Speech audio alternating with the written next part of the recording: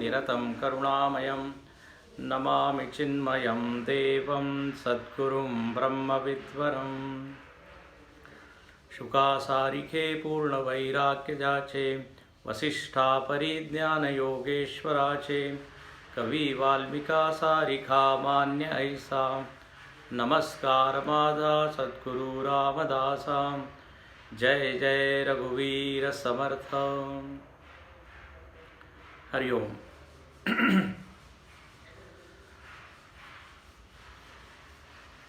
योग महाविद्यालयातर्फे आयोजित या सेमिनारमध्ये सर्वांचं स्वागत आहे। सर्वांना हरिओम। प्राचार्य डॉक्टर वेरुळकर, सिन्नरकरजी, निलेश वाघ, सर्वांना माझा हरिओम नमस्कार।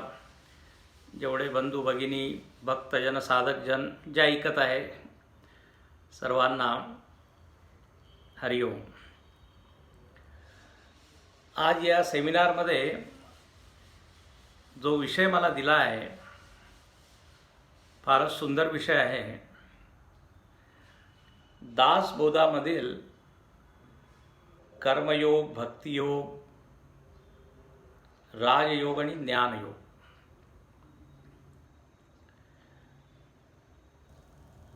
या विषयावर आज आपण इथे चिंतन करणार आहोत। सुरुवातीला आपल्याला हे माहीत असायला पाहिजे की दासबोध म्हणजे काय।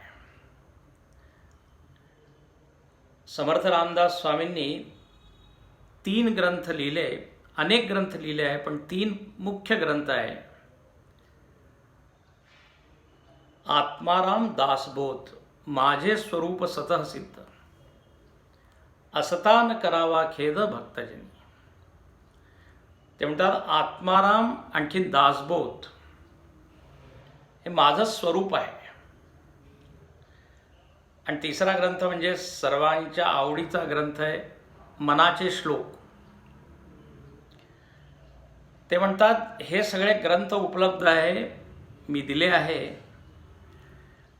हे असताना खेद करण्याची गरज नाही। तुमच्या जीवनामध्ये दुःखाची निवृत्ती होईल जर हे ग्रंथ तुम्ही वाचले तर। समर्थ रामदास स्वामी म्हणतात हे माझं स्वरूप आहे, मीच त्याच्यामध्ये जणू काही निवास करत आहे। जसं भागवतामध्ये वर्णन येतं, जेव्हा भगवान कृष्ण लीला संवरण करून वैकुंठाकडे निघाले तेव्हा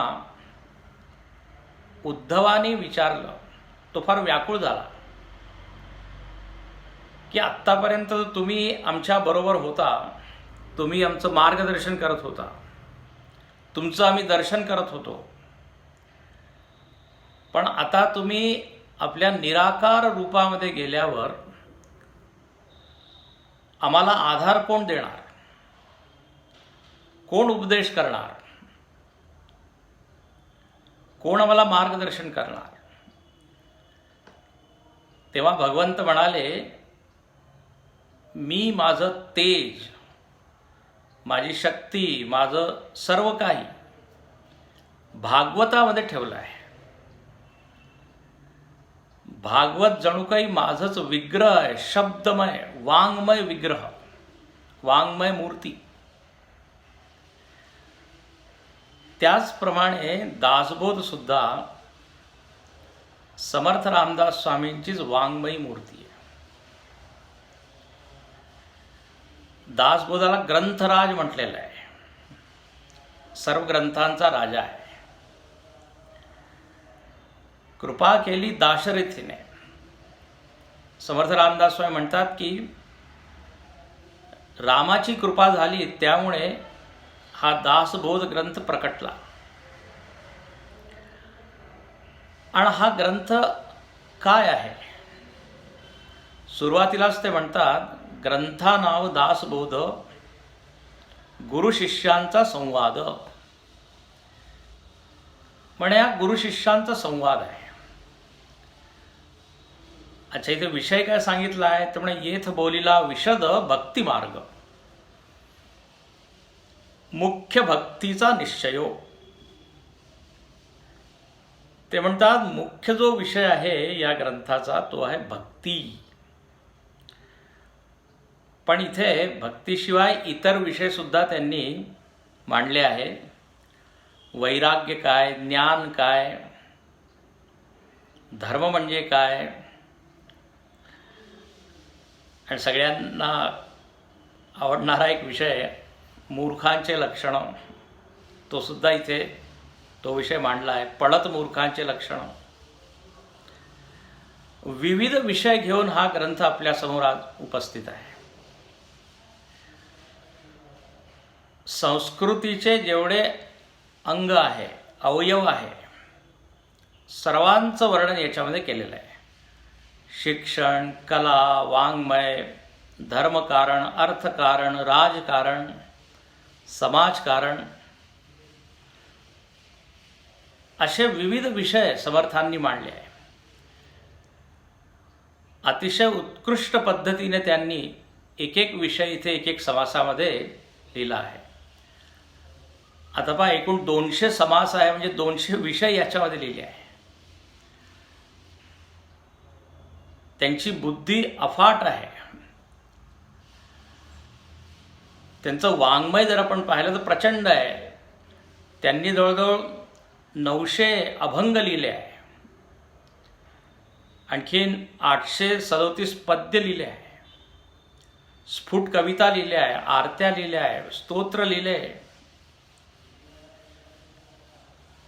तर दासबोधामध्ये सुद्धा ते सर्व विषय त्यांनी मांडले आहे. आचार, विचार, उच्चार, प्रचार, व्यवहार आणि परमार्थ असे 6 विषय आहेत. त्याबद्दल सुद्धा त्यांनी सविस्तर या ग्रंथामध्ये आपल्याला उपदेश केलेला आहे. म्हणूनच याला ग्रंथराज म्हणतात. आणि खऱ्या अर्थाने रामदास स्वामी हे समर्थ आहे, सर्व दृष्टीने समर्थ आहे. ते मोठे कवी आहे, ज्ञानी आणि भक्त तर आहेच, पण त्याशिवाय असं म्हणतात ते छान मल्ल होते, छान घोडेस्वारी ते करायचे, त्यानंतर गायन करायचे, फार छान आपण म्हणतो ना ट्रॅकिंग, झपाझप चालायचे, एकेका दिवसात 40-40 मैल. तर असे सर्व गुणसंपन्न त्यांचं व्यक्तिमत्व म्हणजे अष्टपैलू व्यक्तिमत्व. तर त्याचा परिचय आपल्याला या ग्रंथामध्ये दिसतो. आता कोणी विचारेल जर दासबोध ग्रंथ आपण वाचला तर काय होईल, काय मिळेल, फलश्रुती काय आहे? तर ते स्वतःच म्हणतात, नासे अज्ञान दुःख भ्रांती, म्हणजे दुःख भ्रांती याचा नाश होईल. शीघ्रची येथे ज्ञान प्राप्ती, लगेच ताबडतोब आपल्याला ज्ञान मिळेल, ही फलश्रुती आहे. जे बद्ध आहे ते मुक्त होतील, जे आळशी आहे ते साक्षेपी होतील. फार छान इथे फलश्रुती त्यांनी सांगितली आहे. आणखीन एकेका समासामध्ये, म्हणजे एकूण 20 दशक आहे, एकेका दशकामध्ये 10 समास आहे. आपल्या सगळ्यांना परिचय आहेच त्याचा. तर एवढे विविध विषय त्यांनी मांडले आहे. म्हणूनच त्यांना आपण म्हणू शकतो, जसं आपण वेदव्यासांसाठी म्हणतो नमोस्तुते व्यास विशाल बुद्धे, त्याचप्रमाणे समर्थ रामदास स्वामींची बुद्धीसुद्धा विशाल आहे. आता आजचा जो विषय, हे जे 4 मार्ग आहे, कर्म मार्ग, भक्ती मार्ग, राजमार्ग किंवा राजयोग आणि ज्ञान मार्ग, त्यांनी आपल्या या विविध दशकांमध्ये हे सर्व विषय लिहिले आहे. हे पहा, आता आपण सुरुवात करू कर्मापासून. कारण आपण कर्मयोनीमध्ये आपला जन्म झालेला आहे. मानव योनी म्हणजे कर्मयोनी आहे. पशुयोनी म्हणजे भोग योनी, तिथे फक्त भोगायचं आहे. पण इथे आपण कर्मे करतो, वेगवेगळे प्रकारचे विविध प्रकारचे आपण कर्म करत असतो. म्हणून समर्थ रामदास स्वामी म्हणतात, आधी कर्माचा प्रसंग, कर्म केले पाहिजे सांग. सर्वात आधी काय केलं पाहिजे? कर्म केलं पाहिजे. आपल्या तत्त्वज्ञानामध्ये सुद्धा पूर्वमीमांसा एक तत्त्वज्ञान आहे, फिलॉसॉफी आहे, किंवा त्याला दर्शन म्हणतात. त्याला पूर्वमीमांसा म्हणतात आणि वेदांताला उत्तर मीमांसा म्हणतात. तर पूर्व म्हणजे पहिले. जीवनामध्ये आधी क्रिया, कर्म, ॲक्टिव्हिटी ही आली पाहिजे. मग वैराग्याची प्राप्ती होते आणि मग तो ज्ञानाकडे वळतो. आणि गीतेमध्ये सुद्धा भगवंत म्हणतात, नहि कश्चित क्षणमपि जातु तिष्ठती अकर्मकृत.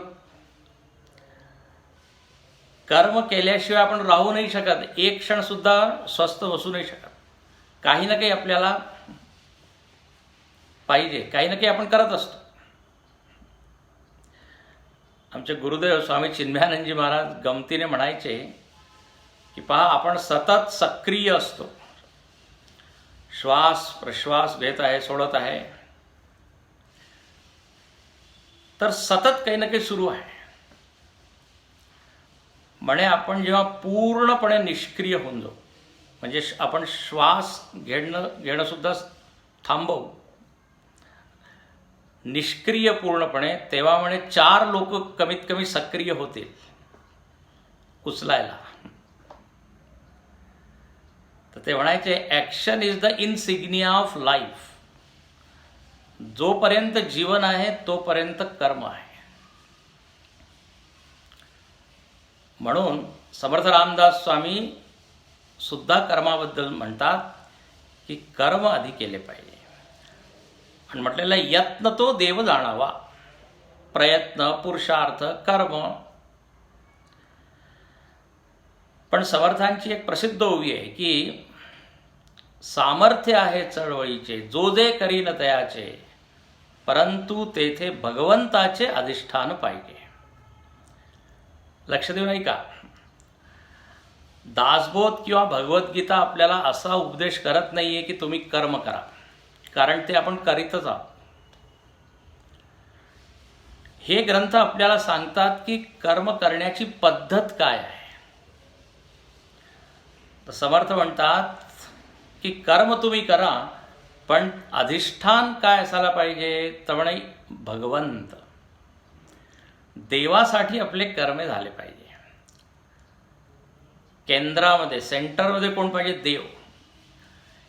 हे काम केल्याने देव प्रसन्न होईल का, असं विचार करा आणि मग करा. याला म्हणतात कर्मयोग.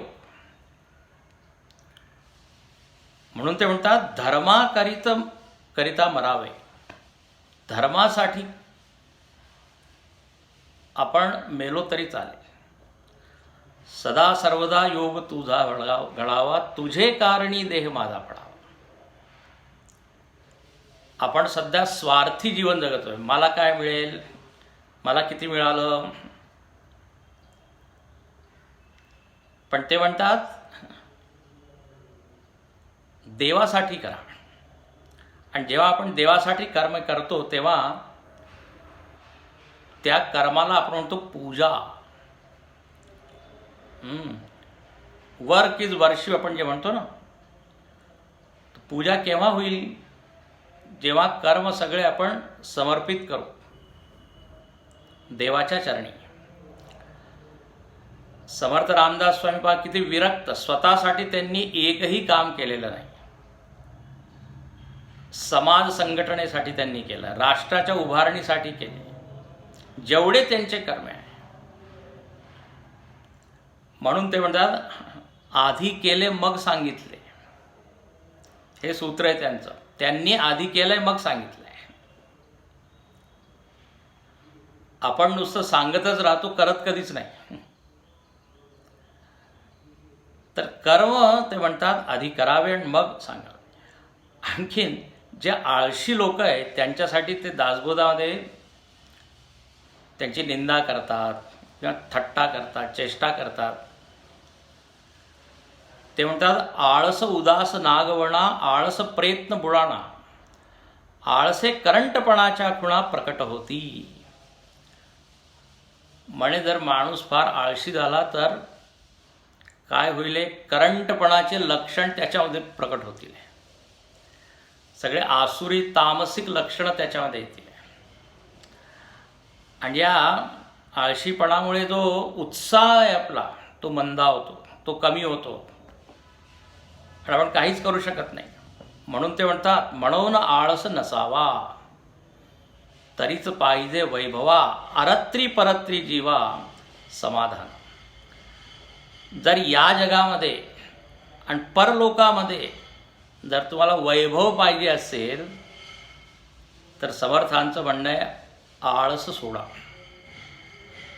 प्रभाते मनी राम चिंतित जावा. सकाळी उठा. प्रभाते म्हणजे काय, सकाळी लवकर उठा. ते म्हणतात की काही लोक एवढे तमोगुणी असतात, सारखं विसरतात. चुके ठके विसरे सांडी, आठवण झाली या चरफडी, दुश्चित आळसाची रोकडी प्रचित जाण. पहा, त्यांना काही आठवतच स्मरणच राहत नाही, धडपडतात, त्यांचं चित्त कुठे एकाग्र राहत नाही, होत नाही. तर असे हे जे आळशी लोक आहे म्हणजे त्यांना काहीच मिळत नाही. नायम लोकोस्ति न परा, गीतेमध्ये सुद्धा देवाने म्हटलेलं आहे. म्हणून इथे म्हणतात की माणसाने काय उद्योगी असायला पाहिजे, उद्योग केला पाहिजे. उद्योग म्हणजे ते म्हणतात साक्षेप. साक्षेप शब्द अनेक वेळा त्यांनी याच्यामध्ये लिहिलेला आहे दासबोधामध्ये. म्हणजे काय, सतत क्रियाशील प्रयत्नशील राहिलं पाहिजे. आणि म्हणून ते म्हणतात की जर तुम्हाला प्रपंच करायचा असेल नीट तर सक्रिय व्हावं लागेल. म्हणून ते म्हणतात प्रपंच करावा नेटका, प्रसिद्ध होईल, मग द्यावे परमार्थ विवेका. तर जर प्रपंच नेटका करायचा असेल तर म्हणे कर्म तुम्ही नीट करा.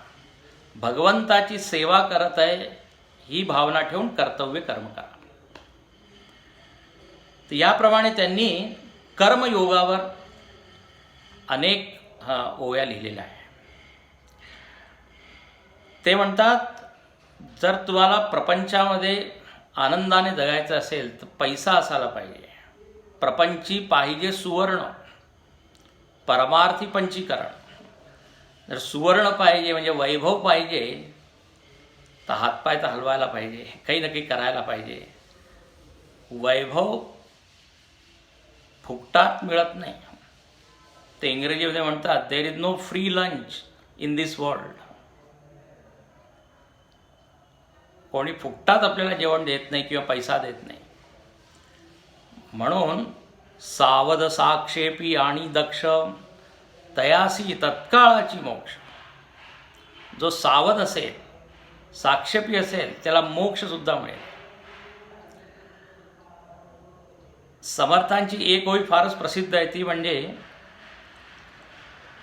ते म्हणतात की पहिले काय पाहिजे तर म्हणे हरिकथा निरूपण, दुसरे ते राजकारण आणि तिसरे ते सावधपण सर्व विषय. त्यांचा आवडता एक शब्द आहे तो म्हणजे सावधपण, सावधान.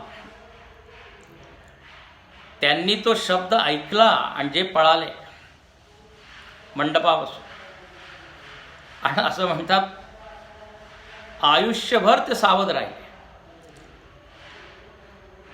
एकही चूक त्यांनी केली नाही,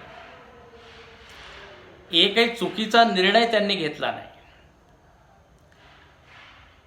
तर सावध पण त्यांच्या जीवनामध्ये आपल्याला दिसतं. तर असं सावध होऊन जर आपण आपले कर्म केले तर निश्चितच आपल्याला आपल्या जीवनामध्ये यश मिळेल. कर्मयोगाने काय होतं तर पहा, कर्मयोग केल्याने आपलं अंतःकरण जे ते स्वच्छ होत जातं. म्हणून ते म्हणतात की जर आपण कर्मयोग केला तर फार छान ते म्हणतात, कर्मयोग करता करता फिका होतो आणि मग परमार्थात विरून जातो. कर्माला जर आपण नीट प्रकारे जर त्याचं संपादन केलं तर राग, द्वेष, ईर्ष्या, मत्सर, अहंकार, क्रोध हे जेवढे विकार आहे हे सगळे कमी कमी कमी कमी होत जातात. आणि मग आपली वाटचाल कुठे होते तर म्हणजे भगवंताकडे. म्हणून त्यांनी मग 4थ्या दशकामध्ये भक्तियोगाचं वर्णन केलेलं आहे. आणि ते सुरुवातीलाच म्हणतात की दासबोधामध्ये मुख्य विषय काय आहे तर म्हणजे भक्तिमार्ग. स्वतः एवढे मोठे भक्त होते, 13 कोटी श्रीराम जय राम जय जय राम या महामंत्राचा त्यांनी जप केलेला आहे नाशिकच्या जवळ टाकळीमध्ये. फार मोठे रामभक्त, त्यांना तर हनुमंताचा अंशावतारच म्हणतात. तर त्यांनी भक्तीबद्दल सविस्तर वर्णन केलेलं आहे. 9 भक्ती फार प्रसिद्ध आहे दासबोधामधील. एकेका भक्तीसाठी त्यांनी एक एक समास लिहिलाय. पूर्ण श्रवण भक्ती, ते म्हणतात भक्ती केली पाहिजे. आणि भक्ती म्हणजे काय? भक्ती म्हणजे फक्त काही क्रिया नाही, काही कर्मकांड नाही. भक्ती म्हणजे भगवंताशी प्रेम, अहेतुकी प्रेम, अकारण प्रेम त्याला म्हणतात. अहेतू म्हणजे काही हेतू नसताना. आपली जी भक्ती असती ती कशी असती? सहेतू.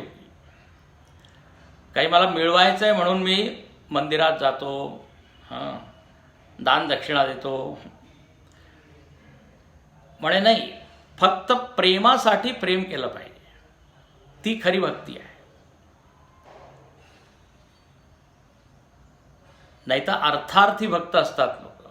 अर्थार्थी किंवा आर्त, दुःख में सुमिरन सब करे आहे ना. पण इथे समर्थ रामदास स्वामी म्हणतात प्रेमाने तुम्ही काय करा?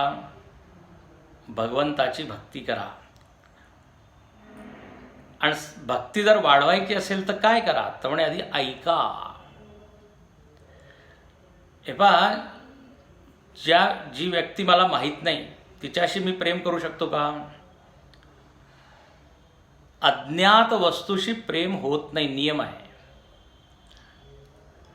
मोबाईल नावाची वस्तू आपल्याला ज्ञात आहे, माहीत आहे, म्हणूनच त्याची प्रेम आहे ना. वस्तू, व्यक्ती, देश त्याबद्दल आपण काही माहिती गोळा करतो आणि मग आपल्या मनामध्ये एक भावना येते, मला तिथे जायचं आहे, मला भेटायचं आहे, मला त्याशी बोलायचं आहे.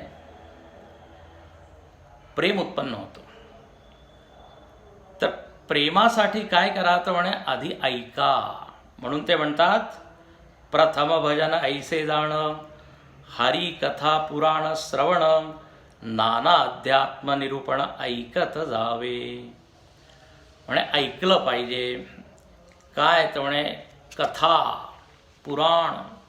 कोणाची कथा? हरिकथा, लोकांची कथा नाही. आणखीन काय ऐकलं पाहिजे? तर म्हणे कर्म मार्ग, उपासना मार्ग, भक्ती मार्ग, सिद्धांत मार्ग, योग मार्ग, वैराग्य मार्ग, हे सगळं ऐकलं पाहिजे.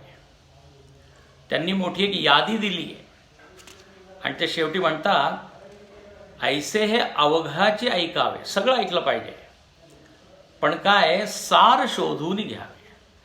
जे सार आहे ते घेऊन घ्या आणि जे असार आहे त्याचा त्याग करा. सगुण आणखी निर्गुण भगवंताचे 2 रूप आहे. दोघांबद्दल ऐकलं पाहिजे. सगुणाचेनी आधारे निर्गुण पाविजे निर्धारे. आधी सगुण भक्ती मग निर्गुण भक्ती. निर्गुणाच्या भेटी आलो सगुणा संगे है ना, अभंग आहे. इथे सुद्धा ते म्हणतात की सगुण देवाची चरित्रे आणखी निर्गुणाची तत्वे यंत्रे हे दोन्ही परम पवित्रे. भक्ती कोणाची करा तर म्हणजे दोघांची करा, सगुण निर्गुण. ज्यामध्ये तुम्हाला आवड आहे, गोडी आहे. गमतीने मी नेहमी म्हणत असतो, एक आहे सगुण आणि एक आहे निर्गुण. पण काही लोक आहेत त्यांना दोन्हीही आवडत नाही. का आवडत नाही म्हणजे कारण त्यांच्या अंतःकरणामध्ये आहे दुर्गुण. जोपर्यंत दुर्गुण आहे तोपर्यंत सगुण आणि निर्गुण आपल्याला आवडणार नाही. बहुत सुकृताची जोडी म्हणून विठ्ठल आवडी.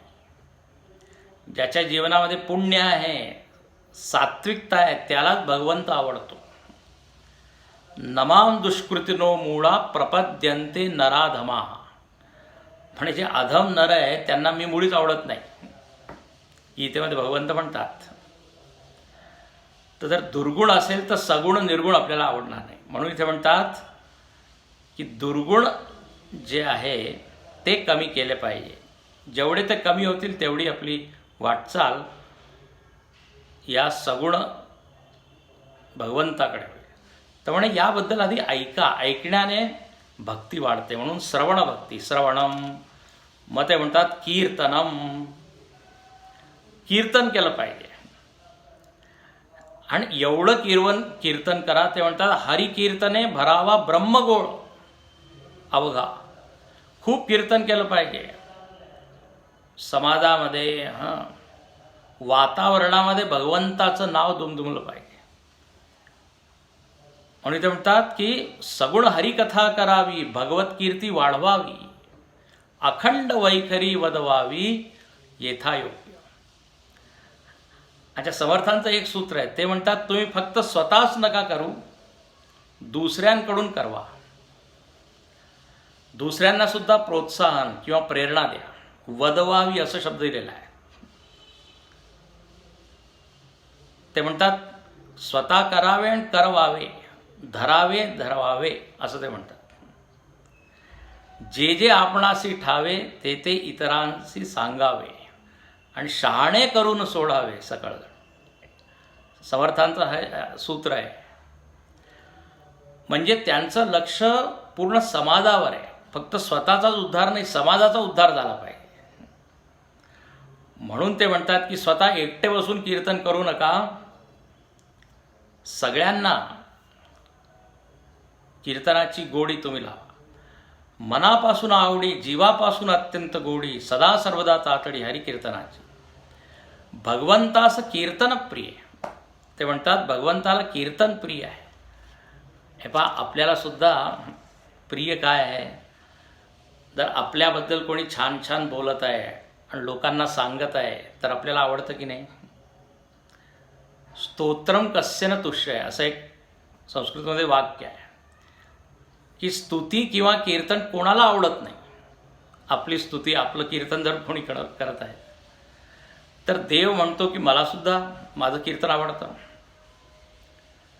नामदेव कीर्तन करी प्रेमभर नाचे पांडुरंग. स्वतः पांडुरंग नाचतो नामदेवांच्या कीर्तनात. तर म्हणून इथे म्हणतात की सदा सर्वदा हरिकीर्तन, सदा सर्वदा कीर्तन केलं पाहिजे. कीर्तने महादोष जाती.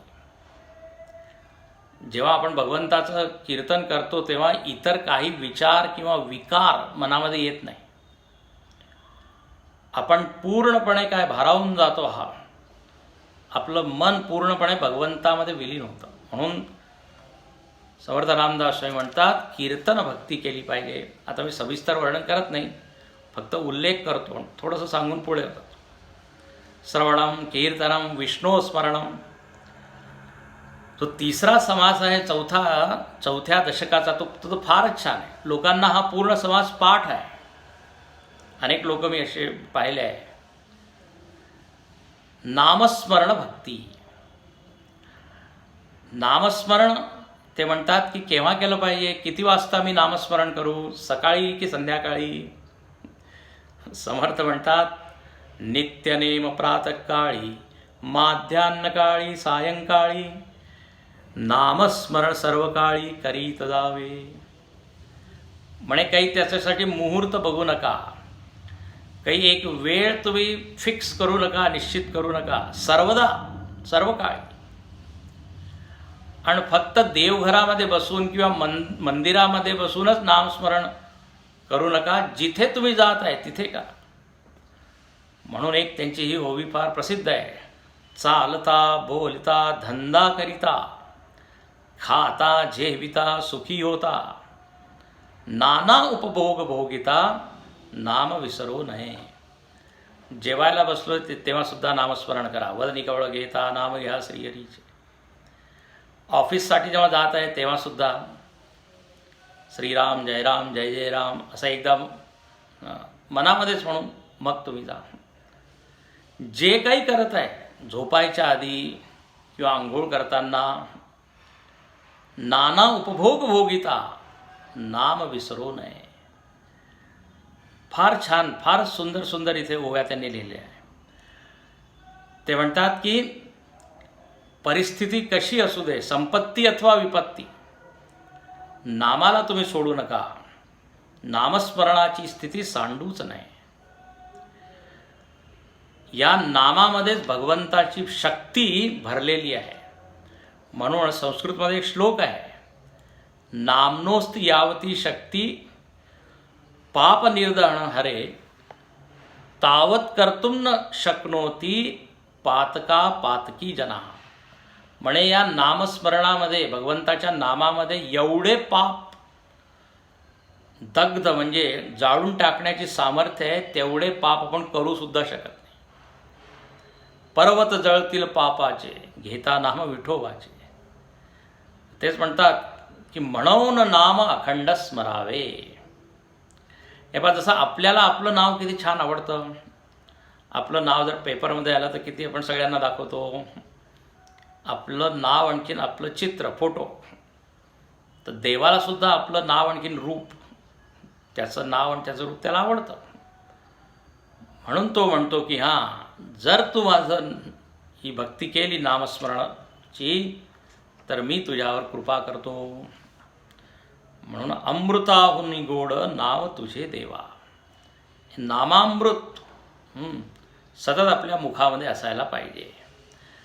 आणि देव म्हणतात की पहा, एक आहे नाम आणि एक आहे रूप. तू माझं नाव केव्हाही कधी कसंही घेऊ शकतो, ते तुझ्या अधीन आहे. लक्ष देऊ नाही का. भगवंताचं नाव आपण कुठेही घेऊ शकतो. आजारी असतो तेव्हा घेऊ शकतो, आपण प्रवास करत आहे तेव्हा सुद्धा घेऊ शकतो. आपल्या अधीन आहे नाव. पण भगवंताचं रूप त्याच्या अधीन आहे. तो कुठे प्रकटेल, की कसा व्यक्त होईल, कुठे दर्शन देईल हे आपल्याला माहीत नाही.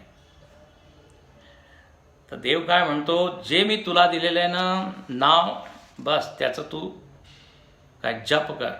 राम नाम जपते रहो जब लगी घट में प्राण, कबहुक दीन दयाल के भनक परेगी कान. करत राहा, करत राहा. भगवंताच्या कानावर एक दिवस तर माझा जो आवाज आहे तो जाईलच. हे जे नामस्मरण मी करत आहे, जी ध्वनी आहे, निश्चितच जाईल आणि तो दर्शन देईल. म्हणून इथे आता समर्थ रामदास स्वामी स्वतः त्यांनी पहा, आत्ताच मी सांगितलं 13 कोटी श्रीराम जयराम जय जय राम या नावाचा जप केला आणि म्हणूनच त्यांना रामाचं दर्शन झाले. तर आधी केले मग सांगितले. तर नामस्मरण भक्ती. मग चौथी भक्ती काय तर म्हणजे श्रवणम कीर्तनम विष्णू स्मरणम पादसेवनम.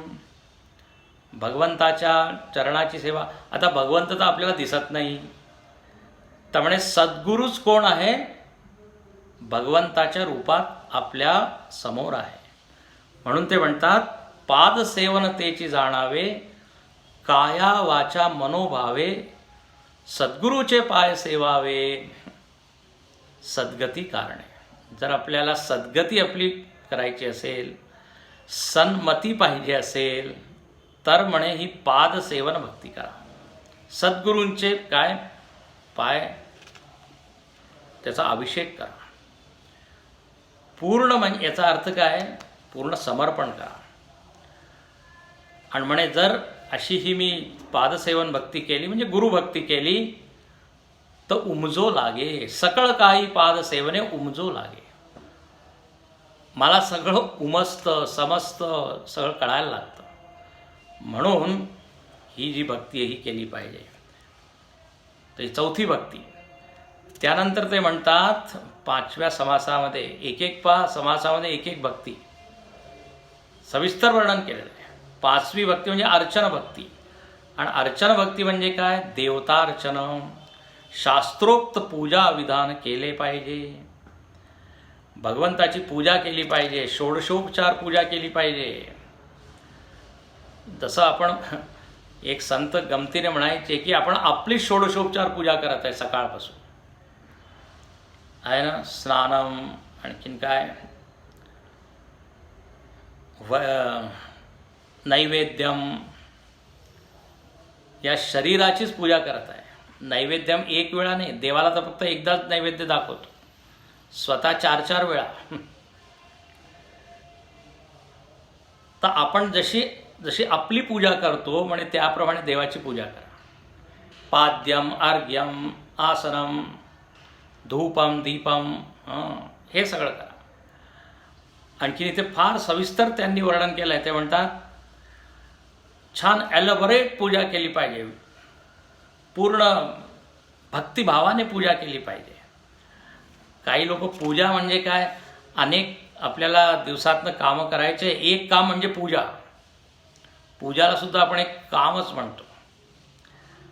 आमचे गुरुजी छान म्हणतात, म्हणजे लोक काय म्हणतात, एकदाची पूजा करून टाकली, झालं, आय एम फ्री नाव. ते म्हणतात असं नका म्हणू, पूजा करून टाकली असं नका म्हणू, पूजा करून घेतली. पूजा केल्यावर मनामध्ये भक्ती उत्पन्न झाली पाहिजे ना. पूजा करून टाकायची थोडी आहे. लोक जे आहे पूजेला काम समजतात. खरं म्हणजे गीतेमध्ये आणि दासबोधामध्ये म्हटलंय की कामाला तुम्ही पूजा बनवा. Work should become worship. तर अर्चन भक्ती. आणि ते म्हणतात की जर तुमच्याकडे द्रव्य नाही आहे, साहित्य नाही आहे पूजेसाठी, तर मग काय करा, ऐसी पूजा न घडे भरवी तरी मानस पूजा करावी. मानस पूजा केली पाहिजे. मनानेच तुम्ही काय फुलं वाहा, मनानेच नैवेद्य दाखवा. आणि एक संत छान म्हणतात, ते म्हणतात जेव्हा तुम्हाला मनानेच जर पूजा करायची असेल तर भगवंताला खूप अर्पण करा, कारण मनानेच करायचं आहे ना.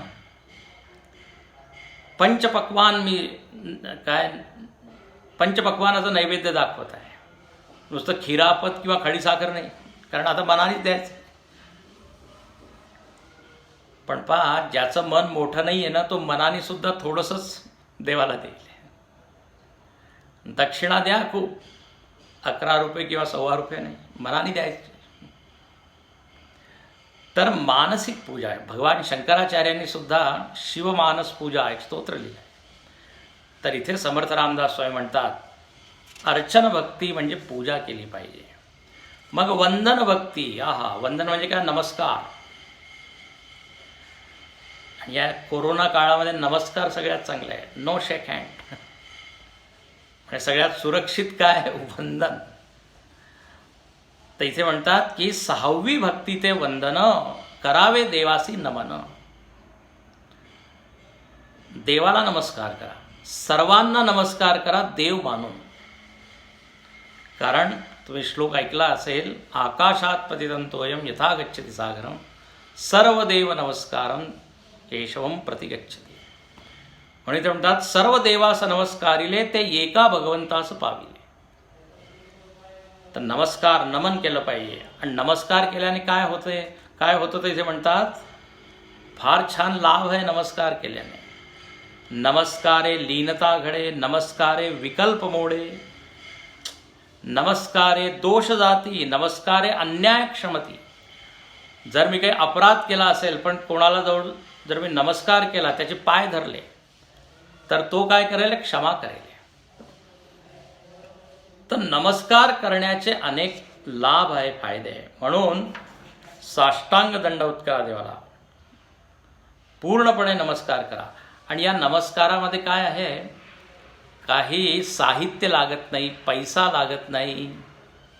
म्हणून इथे म्हणतात समर्थ रामदास स्वामी, नमस्कारास वेचावे न लगे, नमस्कारास कष्टावे न लगे. काय कष्टच नाही.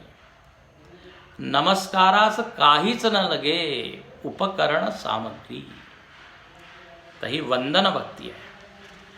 त्यानंतर ते म्हणतात दास्य भक्ती केली पाहिजे. मी दास्य आहे, मी सेवक आहे, तू स्वामी आहे. म्हणून त्यांनी स्वतःचं नाव काय, त्यांचं खरं नाव आहे नारायण, समर्थ रामदास स्वामींचं. पण प्रसिद्ध कोणत्या नावाने, रामदास, रामाचे दास आहे. तर दासोहम ही भक्ती आली पाहिजे. मी दास आहे. आणि जर दासोहम ही भक्ती मी केली तर मग सोहम सोहम इथपर्यंत मी पोहोचीन. सोहम म्हणजे त्याच्यामध्ये आणि माझ्यामध्ये काही भेद नाही. पण सुरुवात कुठून होईल, मी दास आहे. म्हणून हनुमंत मारुतीने एक छान श्लोक म्हटलेला आहे की देहदृष्ट्या तू दास हो. देहाच्या दृष्टीने मी दास आहे.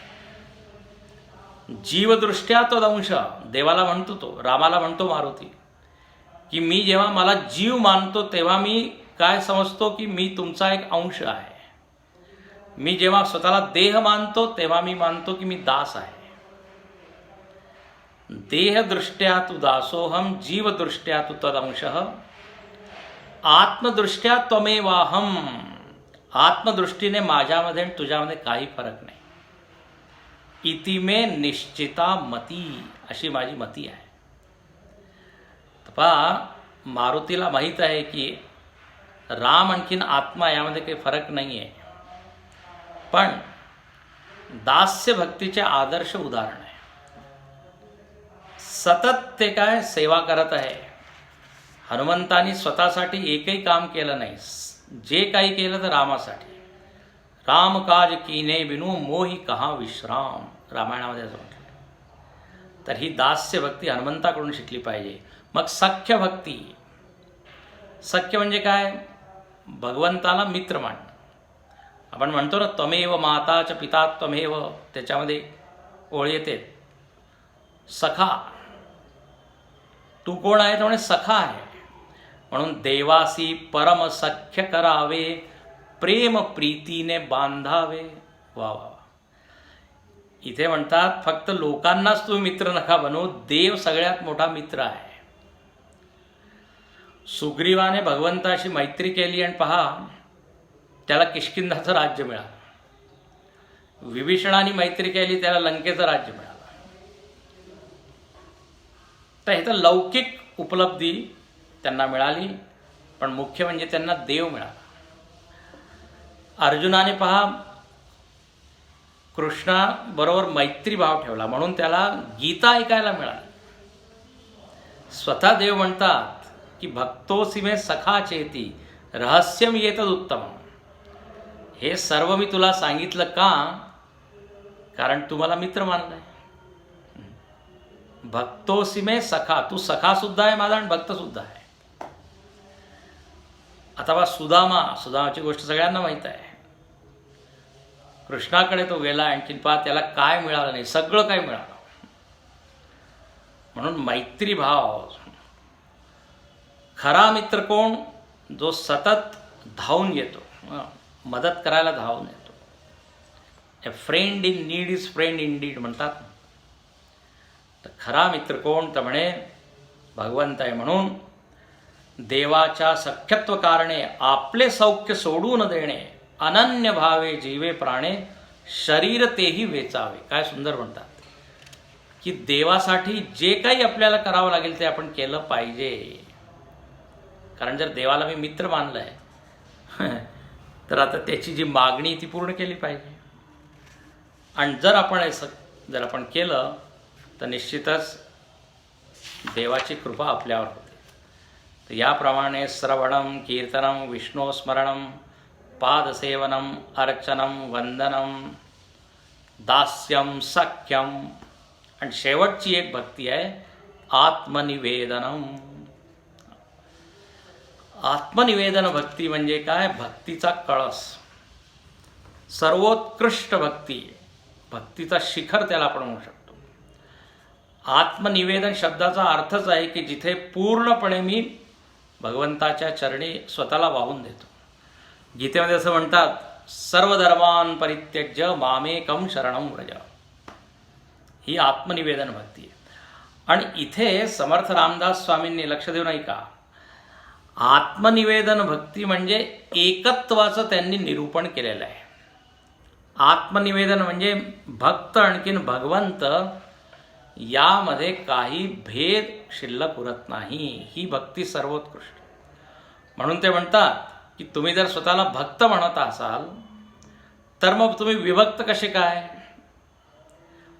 भक्त म्हणजे विभक्त नव्हे आणि विभक्त म्हणजे भक्त नव्हे. विचारे विण काहीच नव्हे समाधान. खरी भक्ती काय आहे तर म्हणे भगवंताला आत्मरूपात अनुभव करणे. आपण द्वैत भक्तीच करतो, तू वेगळा मी वेगळा. ठीक आहे, इथून सुरुवात आपण केली पाहिजे, पण हळूहळू हळू भगवंतामध्ये आणि माझ्यामध्ये जो अंतर आहे तो कमी कमी कमी कमी होत गेला पाहिजे. तेव्हाच आपण म्हणू शकतो की हां, माझी भक्ती वाढत आहे, माझी भक्ती व्यापक होत आहे. म्हणून ते म्हणतात की जर आपण चिंतन केलं ईश्वराचं आणि स्वतःचं तर तुम्हाला दिसेल की दोघांमध्ये फरक नाही आहे. एक मुख्य परमेश्वर, एक जो परमेश्वर आहे, आणखीन परमात्मा आणखीन जीवात्मा जो आहे तो एकच आहे. आणि इथे तर त्यांनी खरं म्हणजे वेदांताचा विषय मांडला आहे. वेदांतामध्ये 4 महावाक्य सांगितलेले आहे. त्यापैकी प्रसिद्ध महावाक्य आहे तत्वमसी. तर या आत्मनिवेदन भक्तीमध्ये समर्थ रामदास स्वामी म्हणतात, त्वम पद तत्पद असी पद निरसून सकळ भेदाभेद वस्तू ठाईची अभेद आपण कैचा. तत्पद आणखीन त्वम पद हे 2 शब्द आहेत. तत् आणि त्वम दोघांवर जर खूप विचार केला तर तुम्हाला मिळेल एक चैतन्य. तत् म्हणजे ईश्वर, त्वम म्हणजे जीव. शेवटी दोन्ही हे काय आहे म्हणे एकच चैतन्याचे 2 रूप आहे. एकानेच 2 रूप घेतलेले आहे. एकाची उपाधी उत्कृष्ट आहे, शुद्ध सत्व प्रधान भगवंताची उपाधी, आणि आपली उपाधी काय आहे? मलिन सत्व प्रधान. पण ज्यांनी उपाधी धारण केली आहे तो एकच आहे. जसं वीज एकच आहे, एक 0 वॉटचा बल्ब आहे, एक 1000 वॉटचा बल्ब आहे, दोघांमध्ये वीज एकच आहे.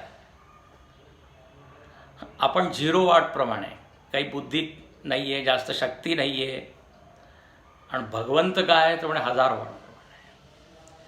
पण आहे शेवटी एकच शक्ती, एकच चैतन्य. तर आत्मनिवेदन भक्ती म्हणजे काय की जिथे हा भेद नाहीसा होतो. निरसिता जीव शिव उपाधी, जीव शिवची कैसे आधी, स्वरूपी होता दृढबुद्धी आपण कैसा. तर याप्रमाणे एकत्वाचं इथे निरूपण. ही 9 भक्ती समर्थांनी दासबोधात सांगितली. आणि अनेक समासामध्ये मधून मधून त्याचं वर्णन ते करतातच. त्यानंतर तिसरा जो मार्ग आहे तो त्यांनी सांगितला, आणि तो म्हणजे काय? राजयोग, किंवा त्याला आपण म्हणतो ध्यानयोग.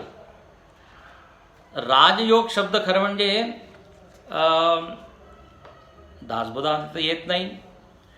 गीतेमध्ये एक शब्द येतो राजविद्या राजगुह्यम, पण तो आत्मज्ञानाच्या अर्थामध्ये राजयोग शब्दाचा प्रयोग केलेला आहे. पण राजयोग म्हणजे ध्यानयोग असं स्वामी विवेकानंदांनी म्हटलेलं आहे. त्यांनी पतंजली योगसूत्र जे आहे, पतंजली योगसूत्र, त्याच्यावर भाष्य लिहिलं आहे इंग्रजीमध्ये. तर त्या पुस्तकाचं नाव काय आहे तर राजयोग हे नाव दिलेलं आहे त्यांनी. तर राजयोग म्हणजे ध्यान. आता योगसूत्रामध्ये तर सविस्तर वर्णन आहे आणि तुम्ही सगळेजण तर त्याचा अभ्यास करतातच. समर्थ रामदास स्वामींनी एका समासामध्ये अखंड ध्यान निरूपण एका समास आहे, त्याच्यामध्ये थोडक्यात ध्यानाबद्दल लिहिलेलं आहे. मी सुद्धा थोडक्यातच सांगतो, पुढचा विषय थोडक्यात सांगून पूर्ण करतो. ध्यान कशाचं करावं तर ते म्हणतात की पहा, ध्यान धरिते ते कोण, ध्यानी आठवते ते कोण, दोन्ही मध्ये अनन्य लक्षण असले पाहिजे. एक आहे ध्याता आणि एक आहे ध्येय. ठीक आहे. आता या दोघांमध्ये ते म्हणतात की एकत्व असायला पाहिजे. म्हणजे ध्येय सुद्धा मीच. सर्वसाधारणपणे आपण ध्यान कोणाचं करतो तर भगवंताच्या एका मूर्तीचं किंवा एका आकाराचं. पण इथे ते काय म्हणतात, कोण ध्यान करत आहे त्याचं ध्यान करा.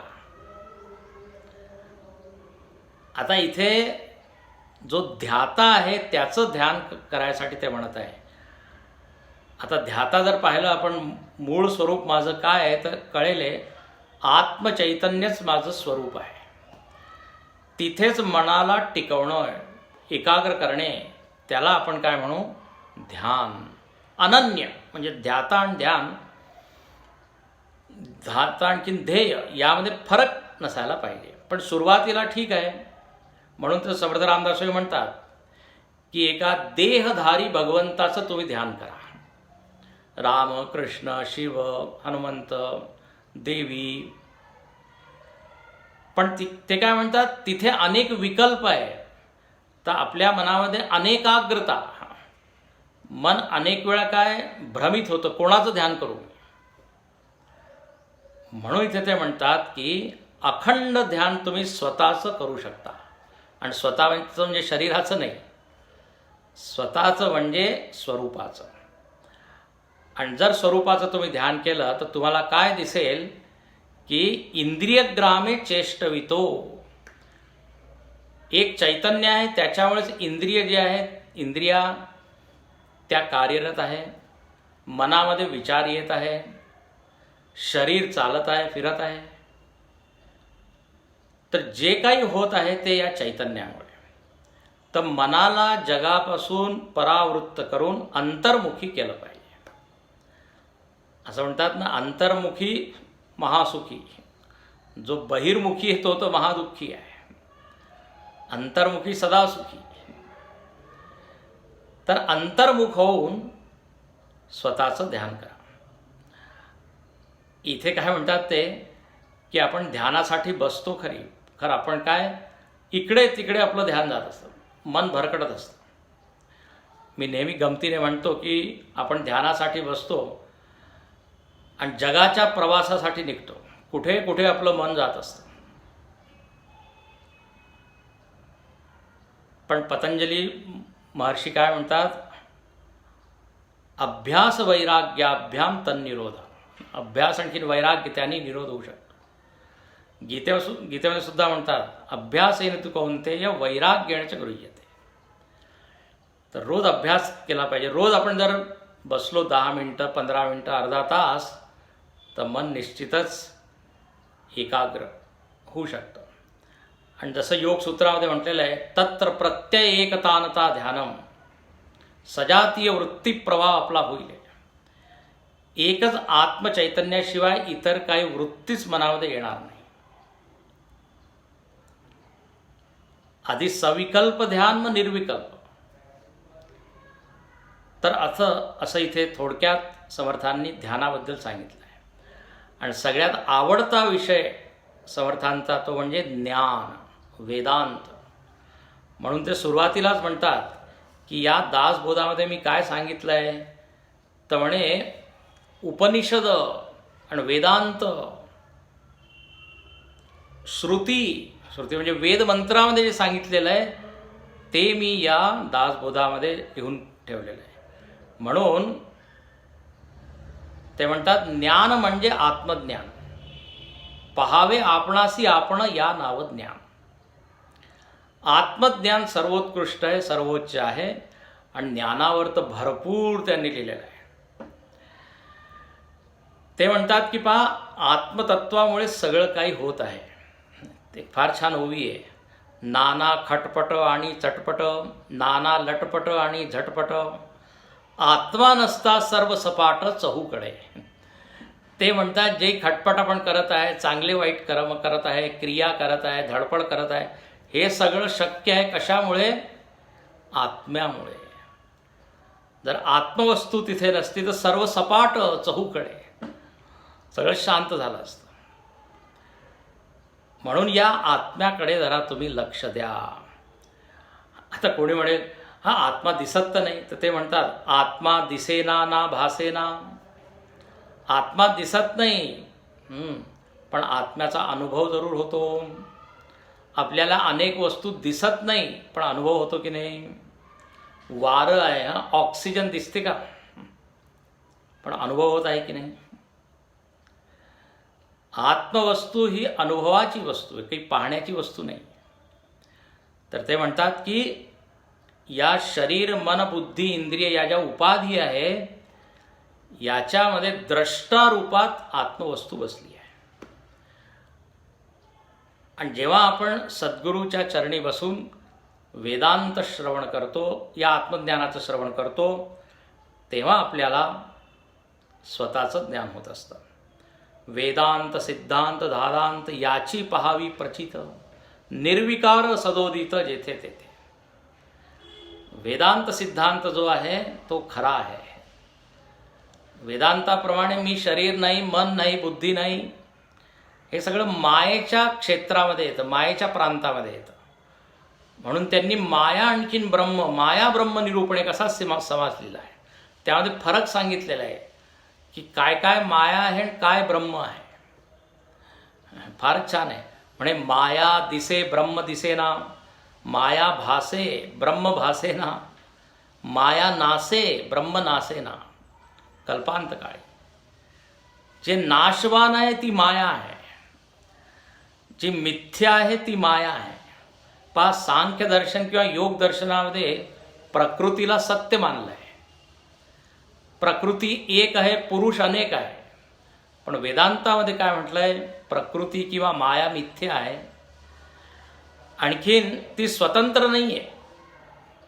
ब्रह्माश्रयात्मिका माया, चैतन्यावर ती आधारित आहे. चैतन्यामुळे ती काम करते. चैतन्याच्या उपस्थितीमध्ये माया सर्व जगाची उत्पत्ती करते. शरीर मन बुद्धी इंद्रिय सर्व काही बनवते. पण ही जी माया आहे ती नाशवान आहे. मायेचं जे कार्य आहे ते दिसतं पण ब्रह्म दिसत नाही. माया रचे ब्रह्म रचेना, माया खचे पण ब्रह्म खचेना. याप्रमाणे त्यांनी ब्रह्मतत्वाचं ज्ञान दिलेलं आहे. माया काय, ब्रह्म काय, यामध्ये फरक काय, कोण सत्य आहे कोण मिथ्या आहे, दोघांचे लक्षणं या दासबोधामध्ये सविस्तर त्यांनी मांडले आहे. याप्रमाणे दासबोधामध्ये आपण पाहतो कर्मयोग, भक्तियोग, राजयोग, ज्ञानयोग, हे 4 योग जे प्रसिद्ध आहे, 4 मार्ग, ते इथे समर्थांनी फारच प्रभावी ढंगाने इथे सांगितलेलं आहे. जर आपण दासबोधाचं वाचन केलं किंवा याचं श्रवण परत परत केलं तर आपल्याला सगळं नीट कळतं. काय करायचं आहे मला, मी कुठे आहे, मला कोणकोणचे गुण आणखीन मी वाढवले पाहिजे, कशाचा त्याग केला पाहिजे, संपूर्ण काय म्हणतात संबंध मार्गदर्शन आपल्याला या दासबोधातील या ज्या ओव्या आहे याच्यामार्फत याच्याद्वारे आपल्याला मिळतं. आता याच्यामध्ये 30,000पेक्षा जास्त ओव्या आहे. आपण फक्त 1 तासामध्ये थोडंसं याचं एक झलक पाहिली. समर्थांची कृपा सर्वांवर राहो हीच मी मागणी करतो त्यांच्या चरणी. आणखीन आपल्या सर्वांना आत्मज्ञान होऊन आपण मुक्त हो हीच विनवणी विनंती आहे, मागणी आहे. एवढं सांगून मी आपल्या वाणीला विराम देतो. माझं हे जे निरूपण आहे पूर्ण करतो. योग महाविद्यालयात आम्ही धन्यवाद देतो, त्यांचा आभार व्यक्त करतो की त्यांनी मला ही संधी दिली आणि अनेक लोक जे मला ऐकत आहे त्यांच्याशी भेटण्याची एक संधी दिली, म्हणून परत परत आभार, धन्यवाद. हरिओम.